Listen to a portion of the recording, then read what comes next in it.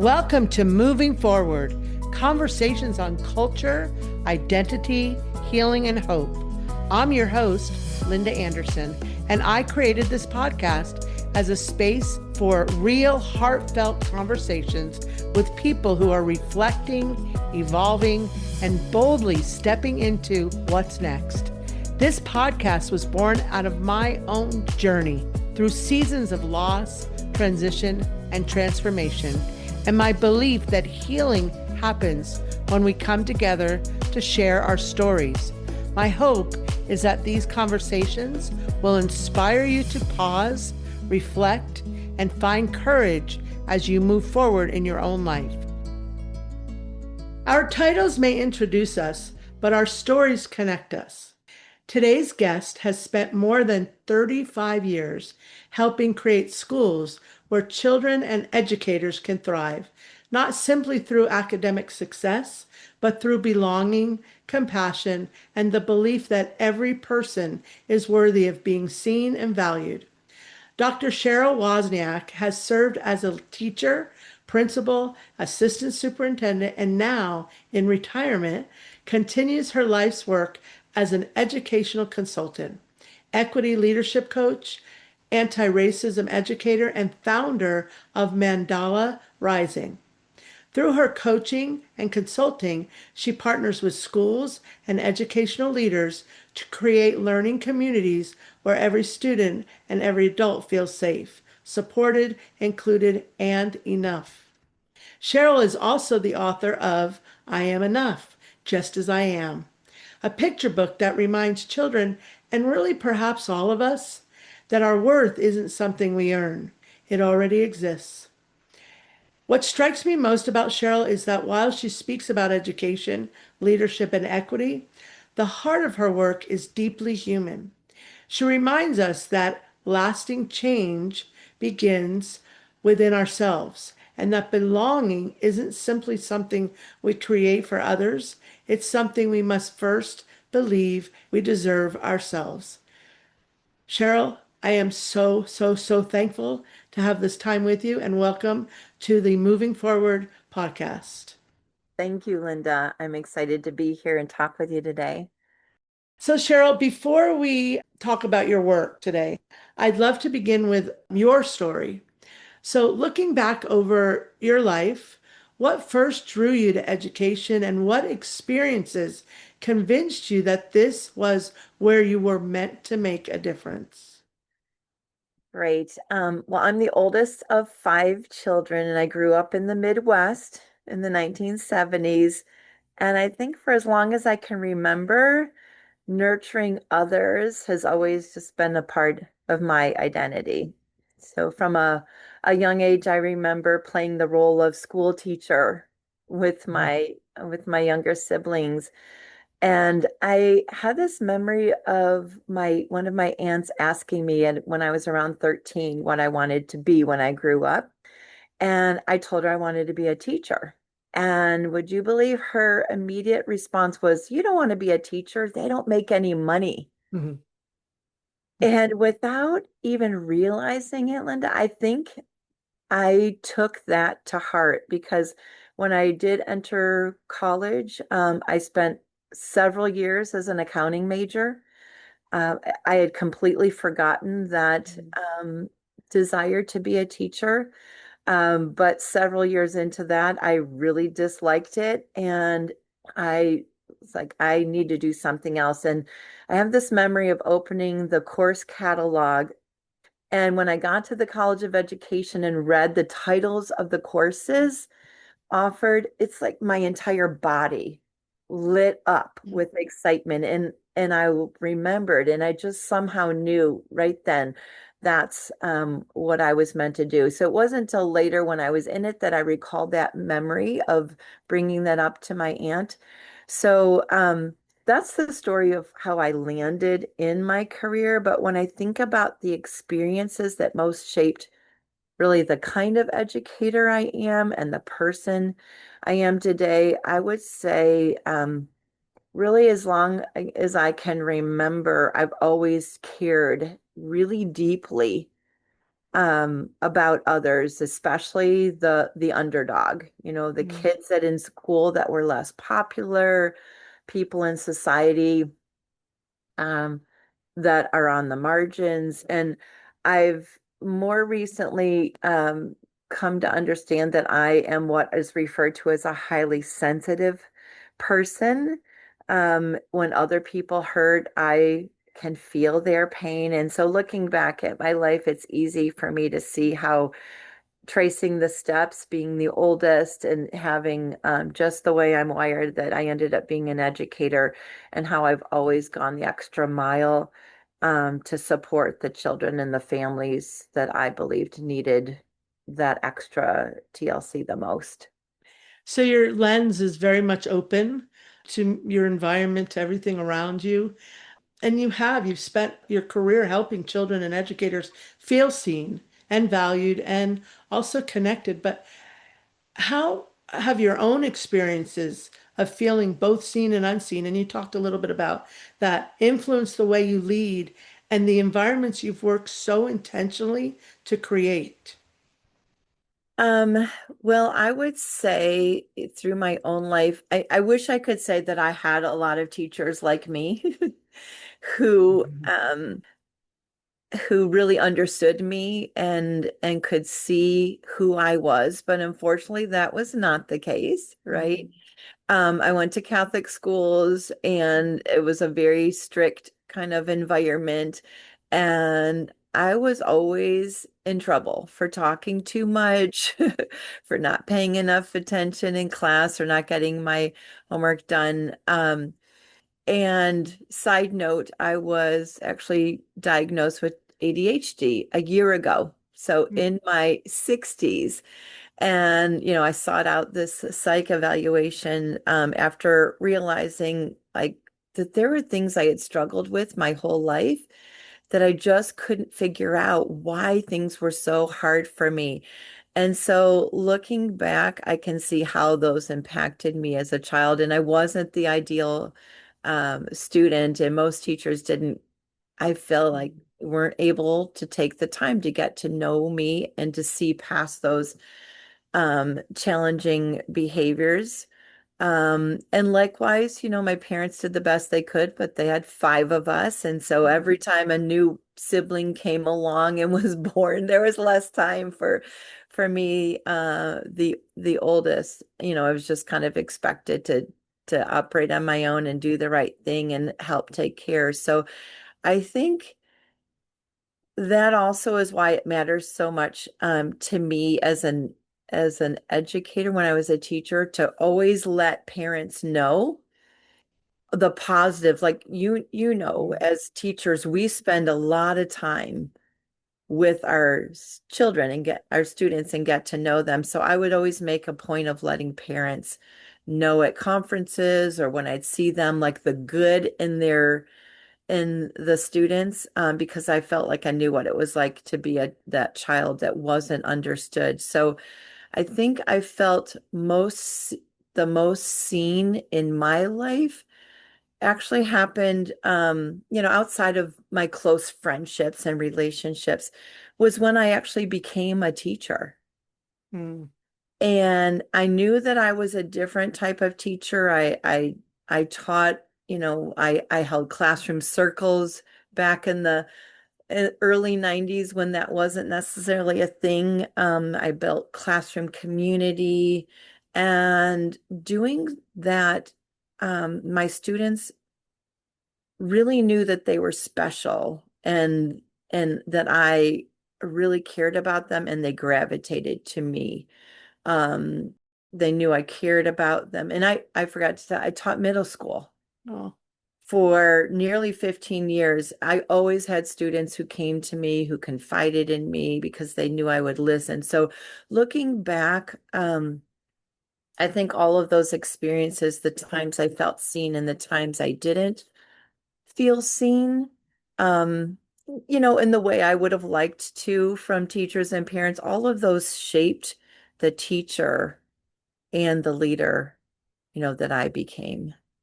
I appreciate the what you said about being understood, and I think that it's not only as a teacher, but also just out there in society and to the listeners. I hope they're hearing that it's important to get to know who's in front of you. So I appreciate you bringing that up. And so then there's your book, kind of leads into that. Your book, I Am Enough Just As I Am. It carries such a powerful message. I read it and I read it to my grandchildren.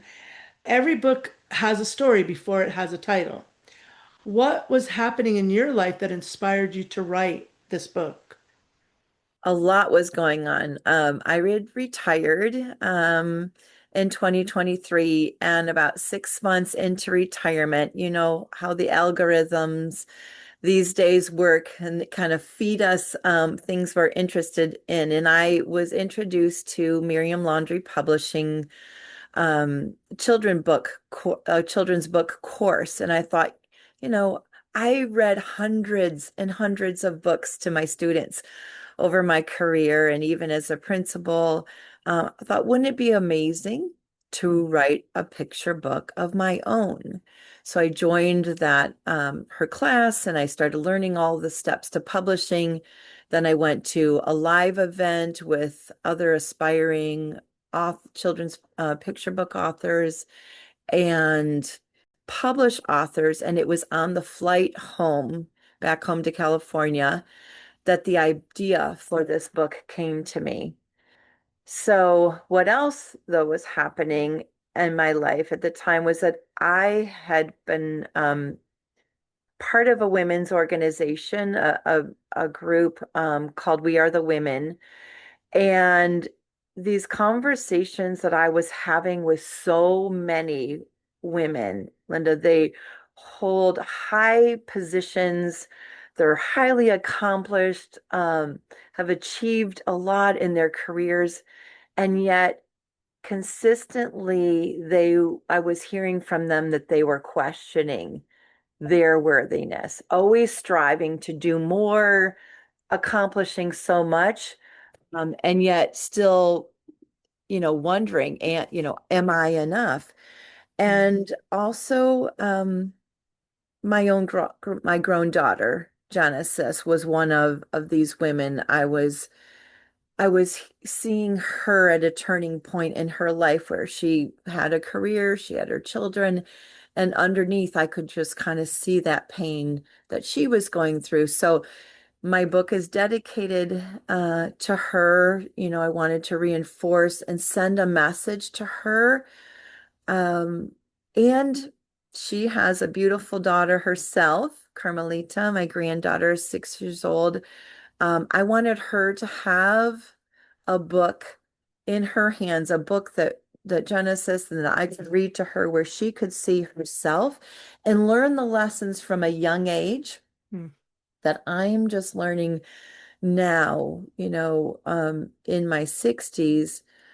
You don't have to be perfect. mm, You don't have to be anything but yourself to be worthy of love and acceptance. So, yeah, there was a lot behind the message of the book through what I was experiencing in my personal life and what was I was witnessing in other.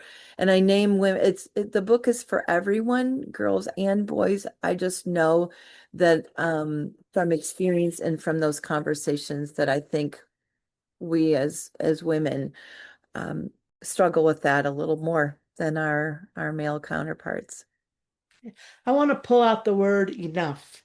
That word seems so simple. And yet there's so many people that they spend their lives trying to prove their worth. Why do you think it's so difficult for children and adults to truly believe they are enough just as they are? Well, I think that every one of us, children and adults, underneath everything, what we want most is to feel loved and accepted and valued, right, for who we are. It's who we are as human beings. But there's so much pressure from outside of ourselves, whether it's from, expectations from parents when we're growing up or pressure from friends to be a certain way to fit in or society, any of these external forces.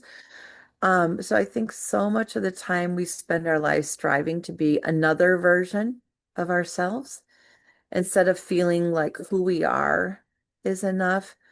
And, in those 35 years of education, I witnessed so many children question their worth. Mm. Um, they would shut down when learning felt hard.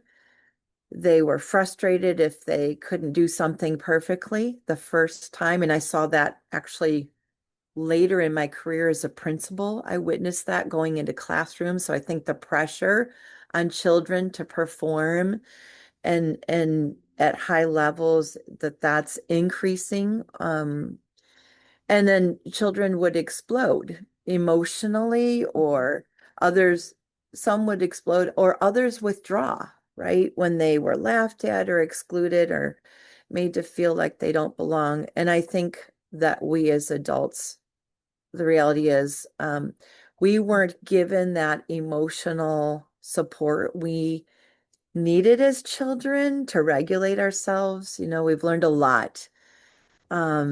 We weren't taught these tools to calm our inner storms, and we often carried, I know I did, that the pain alone.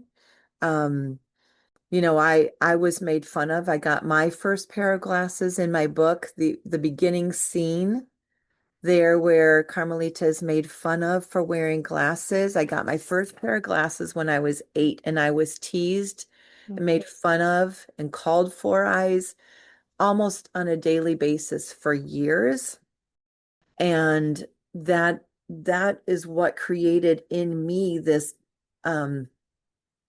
desire to just kind of like stay in the background, really to not be visible, avoiding being in the spotlight. So I think that, we each carry some sort of, pain or something, and society just reinforces the expectation that, as adults, we're just expected to figure it out um and kind of be strong and show up, and that asking for help is seen as a sign of weakness, that we don't share our emotions Yeah. publicly.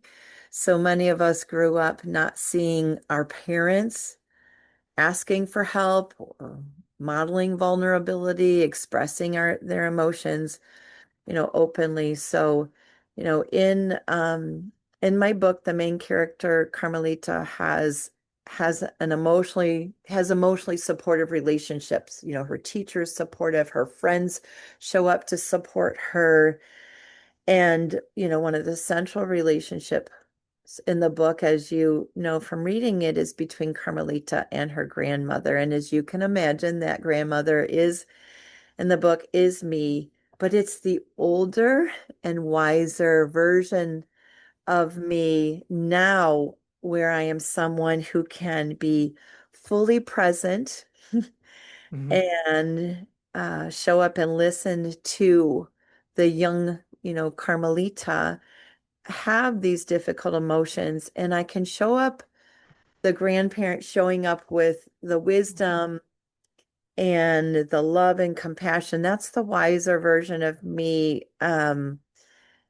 that's emotionally available, that more so than I was able to be when I was the young parent raising my daughter Genesis, because I had yet to learn those life lessons. So my belief is that none of us, especially no child, should have to navigate these feelings of shame or fear or frustration on their own. And that if they're given tools, if we teach them the tools,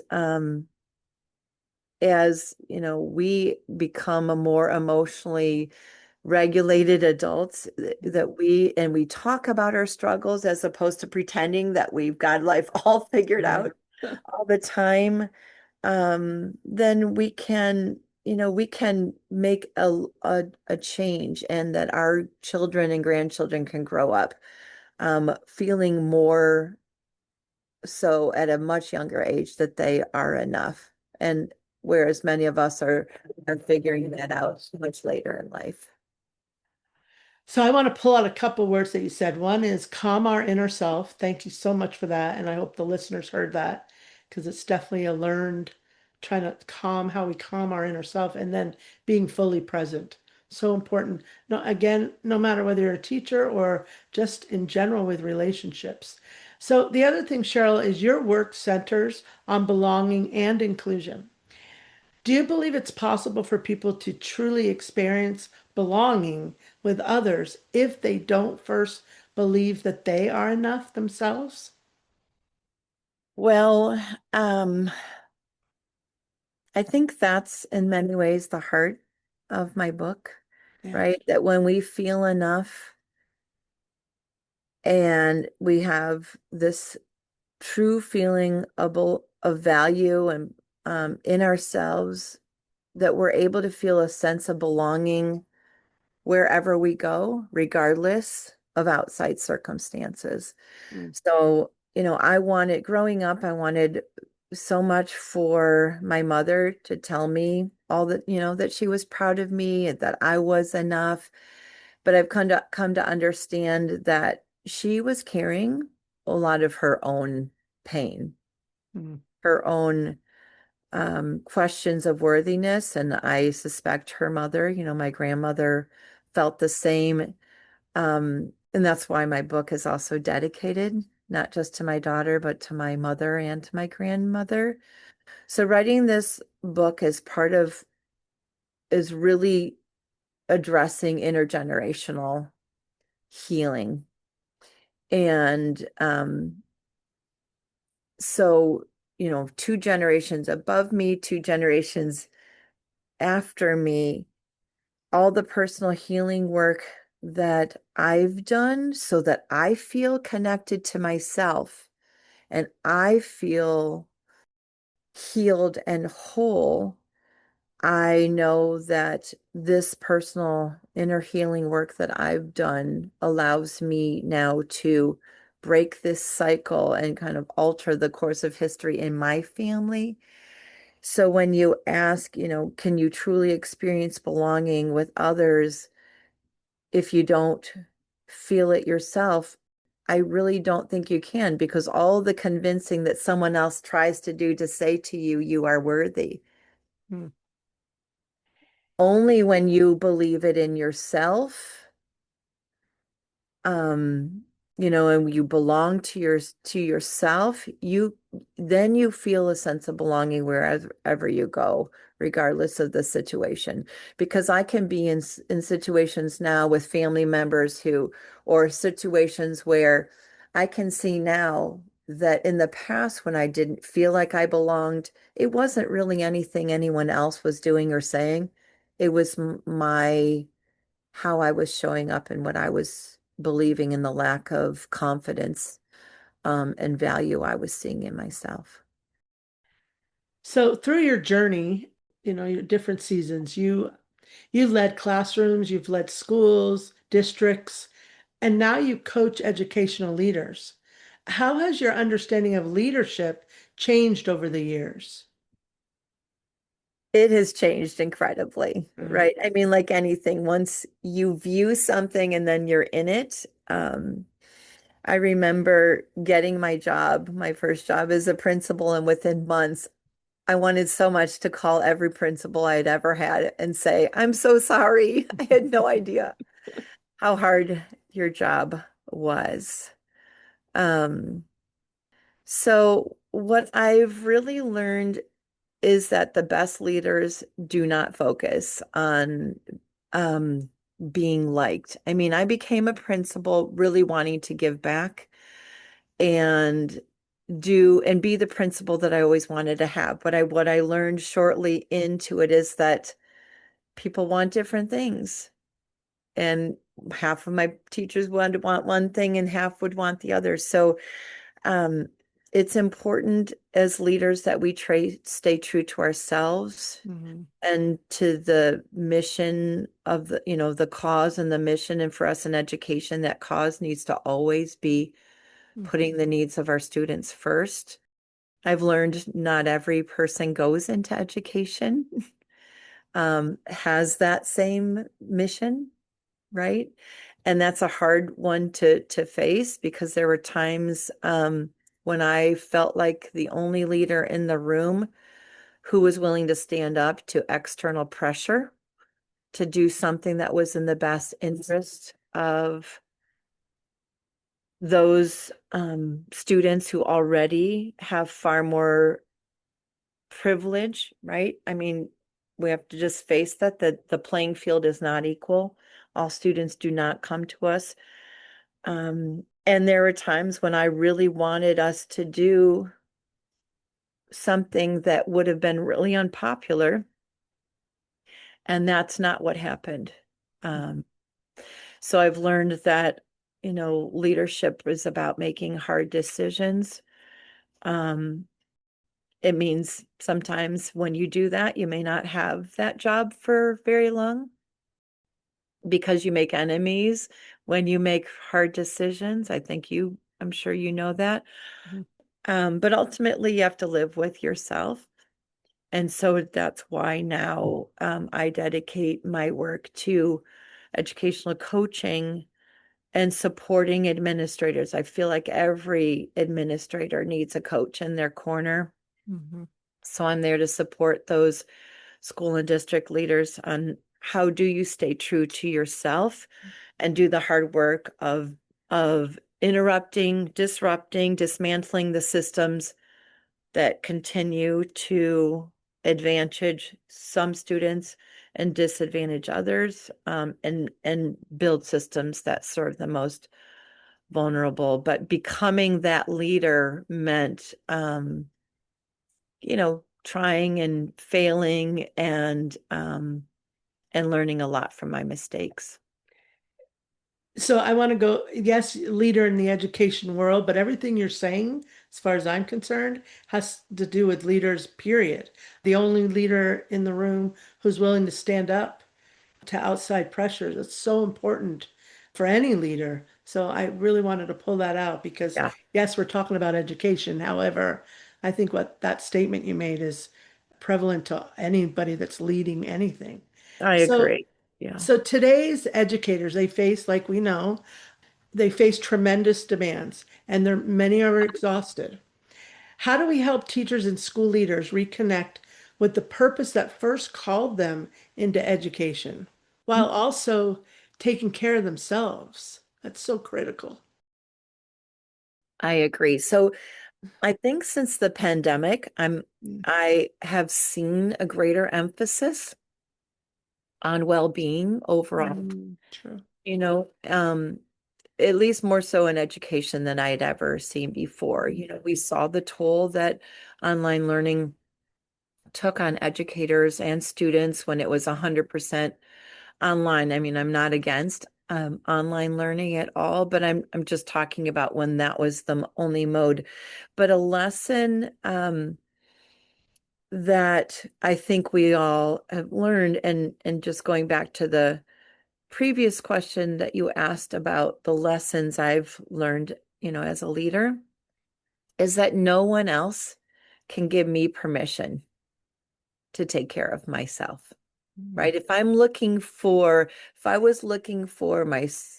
someone else to say, Cheryl, go home early, go spend time with your family, or when I was a teacher to say, you don't have to go, perfect this lesson.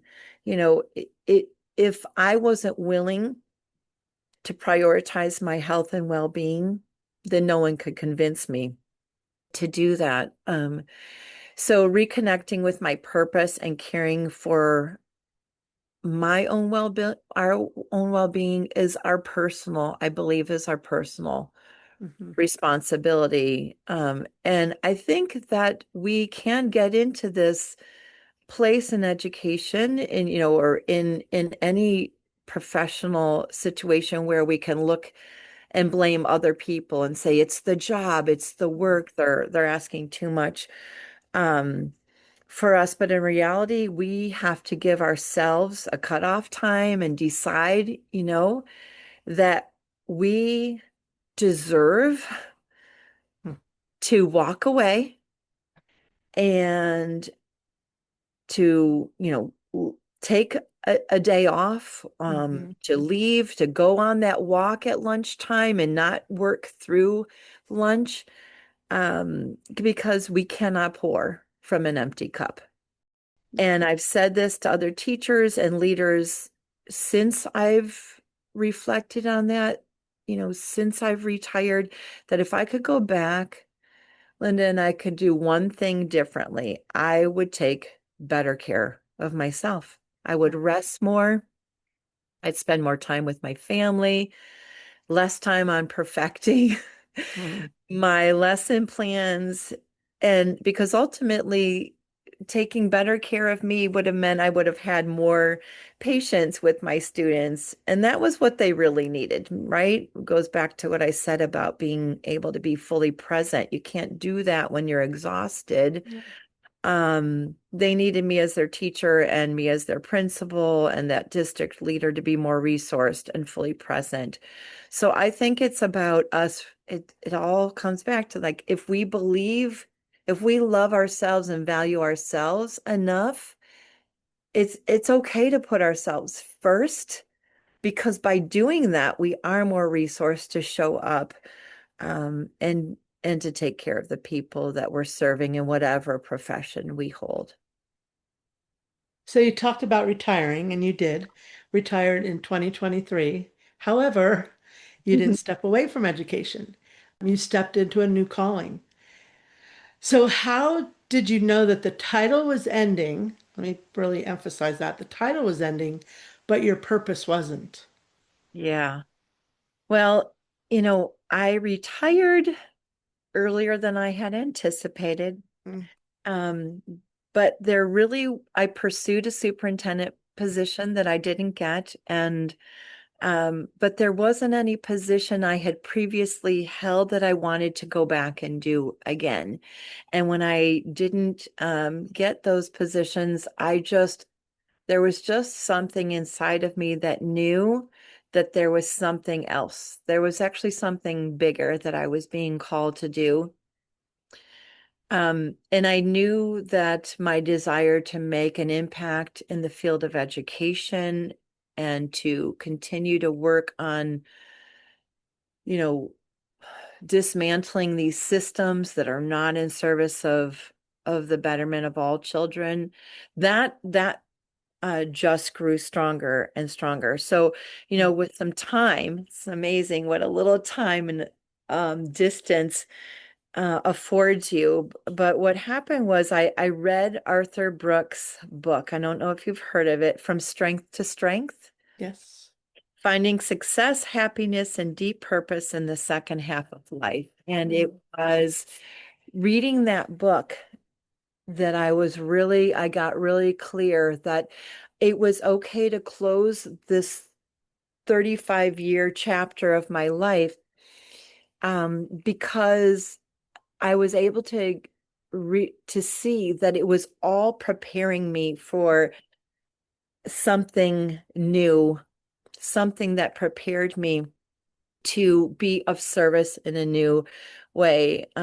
Everything I'd walked through and learned from could be used for good to be in service of others. And that's when I decided I was going to push past the fear and the uncomfortable feelings that came with like starting a business of my own of coaching and consulting because I knew I had several friends who were consulting and they were joining other consulting businesses, and I could easily do that. But I knew that the type of coaching that I want to do around inner healing, around, you know, really leading, equity work, equity leadership work. I was not seeing anyone who was doing that. So I was like, well, guess I got to start a business of my own. So that's how my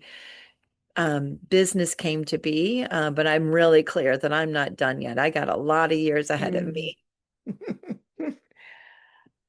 The one part that you said is that time affords us time to really think, and you've done that, and it's so important. And it was, like you said, preparing you for something new, but you've got to afford yourself that time.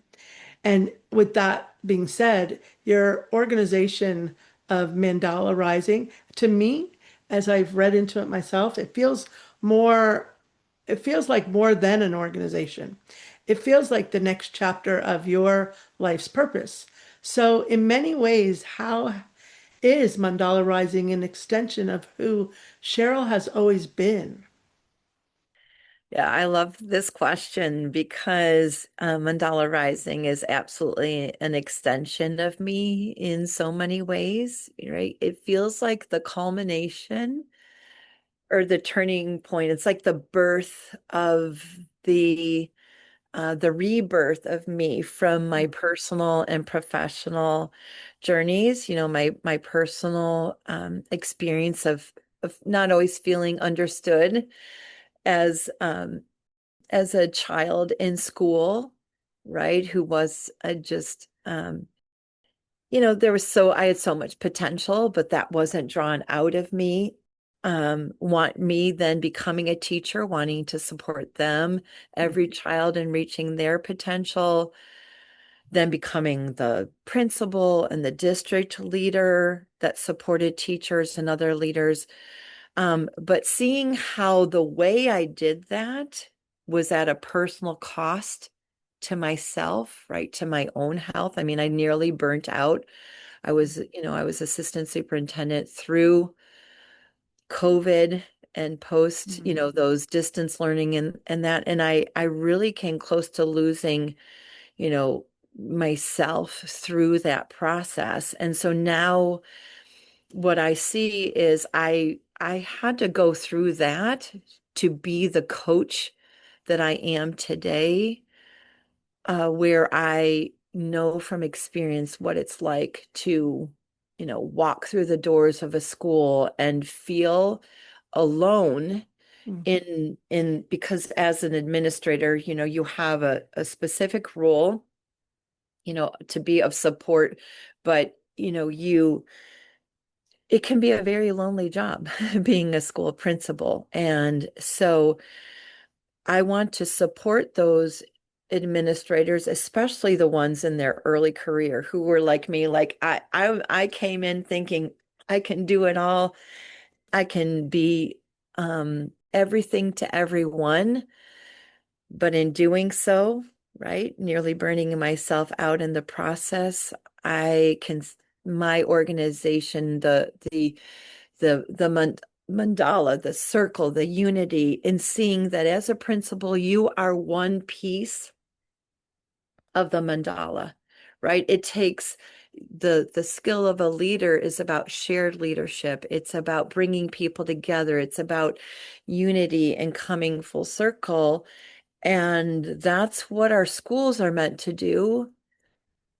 And yet we are so far from that still. And I will not give up hope that we can achieve that. So I'm learning. I'm on a journey but I'm clear that I'm there to be of support in helping administrators, today's administrators, to follow their passion, their calling, their focus of equity, and inclusion and belonging for all students, but to be in their corner and to help them not lose themselves in that process. Thank you for that. 'Cause I actually want to go back to your grandchildren. You often say that Carmelita and Luciano are among your greatest teachers. And what I thought about that too is you're mentoring, you're coaching, but there's re-mentoring, and which is kind of what they're doing, I feel. And so, what have they awakened in you that Yeah. perhaps the leadership kind of took that away? Yeah. And but then they convinced you to not forget. Well, they remind me about how important play is Mm.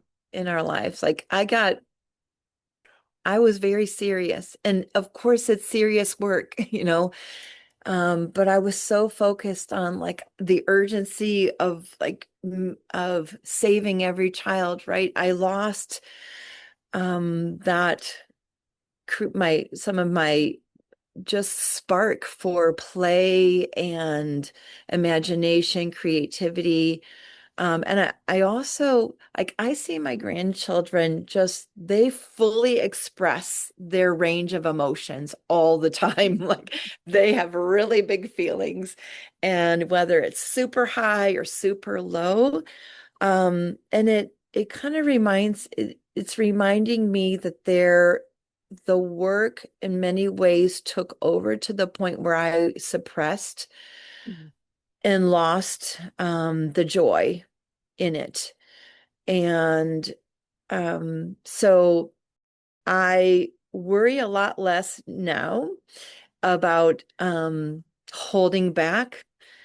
I think that as a society, adults and especially women are conditioned to kind of show up a certain way and be really, poised and all together. And when you're in leadership, that is perpetuated. But I think that, just being the grandparent and having this opportunity to just be playful in that is reminding me of the importance that we as, in leadership, and I would definitely encourage and coach administrators to not let go of the child within them. And it's not so much that it's just like that you have to be child, revert to who you are as a child. It's just like be your true, authentic self Mm. and bring that full self to work and be fully expressed and stop censoring everything we do and say, trying to, show up and be perfect and do the right thing all the time. And that's what my grandchildren help bring out and remind me of all the time in our imaginative play and our dance parties and all the fun things that we do together. Yeah, I appreciated how you said how play is so important because it is. In our adulthood, we get away from that. Our kids bring us back. So thank you for that because it is so important. So I have one final question for you. Our titles may introduce us, but our stories, and you talked about that in the beginning, our stories connect us. If every listener finished this conversation believing one thing about themselves, just as every child who reads I Am Enough, just as I am does, what would you hope they carry with them after listening to your story? So it's really no different than what I want for every child, Linda. And I find myself thinking about this so much more having written the book and putting it in the hands of adults who are reading it to their children and their loved ones. I want every person, every listener to know that they truly are enough, Mm. just as they are. So like I shared earlier, I know from so many conversations I've had with women, we mask a lot. And underneath, we are moving through life doubting our worth. So I want every listener to remember their inherent worth and to believe in themselves in the same way that they want that for their children, the young people in their lives, the other people, their loved ones in their lives. Like we want that for every other person. Mhm. It's what we first need to want, first and foremost, for ourselves. We truly are enough, just as we are. And that doesn't mean we don't stop learning and becoming the version of ourselves like through growth and that, but it really does start with us believing we are enough just as we are already. And that really, by moving through life with that, and I'm a work in progress always, Mhm. right? It's not like you arrive. I've found that. You Mhm. don't arrive at that place where you believe it and it's always there. You continue to come back to this belief. And because it's like every ceiling that you reach and things that you're striving through in life becomes the new floor. And then you put yourself out there and you try something new, like I am with the business, and those feelings of doubt and questioning my worthiness come back up. and then I have to revisit Mm. those things again. It's a lifelong practice coming back to ourselves. Oh, Cheryl, I do not want this to end, but I do want to thank you for sharing not only your professional journey, but your heart. Definitely sharing your heart. You, throughout this conversation, you reminded us that true leadership, it isn't measured by titles or accomplishments. It's measured by the lives we touch and the people we help feel seen, and the spaces we create where others know they belong. Your message that every person is enough just as they are is one our children need to hear, our educators need to hear, and actually we all need to hear it. In a world that often tells us to achieve more, prove more, become more, you've offered a different invitation. What you offered was to recognize our worth, embrace our humanity. Oh, I'm getting choked up here. And extend that same grace to others. And I so thank you for that. You're beautiful, your book, and believe me, listeners, that book, please go get it because it's awesome. I am enough just as I am. It reminds children of that truth from the very beginning of their lives. My hope is that today's conversation reminded every one of us that we are enough too. Thank you for the work you've done throughout your career, for the work you're continuing doing through Mandala Rising, and for the legacy you're definitely leaving for future generations. And thank you to everyone for listening. And I want to leave this final. Remember, our titles may introduce us, but our stories connect us. Every person has a story, and every story has the power to encourage someone else. And Cheryl, that is exactly what you did to me. So thank you.